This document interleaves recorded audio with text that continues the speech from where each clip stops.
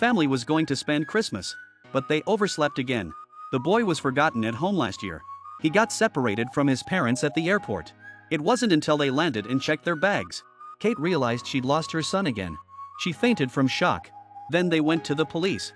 They lost their son twice, but never their luggage. Then they looked at each other and laughed. But as they laughed, they cried. By now Kevin was in a strange city. And he smiled happily. Because he had his dad's wallet. Kevin opened the suite, but his actions aroused the butler's suspicion, so he sent someone to spy, but Kevin found out. At night, Kevin was comfortable in his king-sized bed, enjoying room service and watching films. Then the butler wanted to check the room. He followed the noise to the bathroom and found a grown man in the shower. It turned out to be Kevin in disguise. The manager was so scared, he ran for his life. He was afraid he'd be accused. Kevin laughed heartily.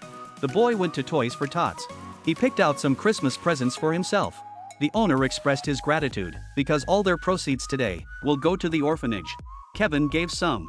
But when he went out, he met some bad guys. They were very excited to see Kevin. In order to escape from these two men, he yanked the necklace right off. Pearls were scattered all over the place, and the two of them charged forward. They fell to the ground.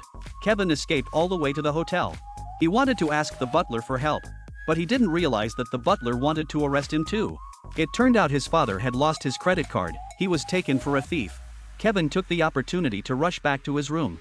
He turned on the TV. He decided to make fun of them. There was a noise. The housekeeper thought it was the owner of the house. He said he was looking for a child. And then the TV character said, "You love me."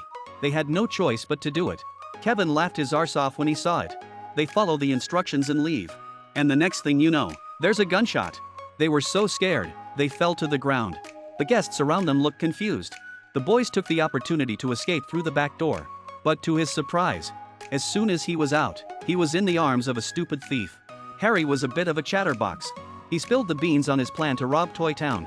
Kevin was trying to get away from the bad guys. While waiting at the traffic light, he touched a woman's arse. The woman turned round in anger. Marv greeted her happily. They got beaten up. Kevin took the opportunity to get rid of them. Then he followed the address in his address book. He wanted to go to a relative. But Grandpa's house was being renovated. So Kevin went out for a walk. On the way, he met a strange man. She spent her days with pigeons. Kevin chatted with her for half a day. He continued on his way. He passed by the orphanage. He saw the poor children there. He decided to stop the two thieves from stealing. And he set his revenge on Grandpa's house. He poured lubricant on the floor. He ran a high-voltage wire through the pipes. Filled the toilet with a bucket of petrol. The ladder and the ropes were set with traps. He's just waiting for the plan to begin.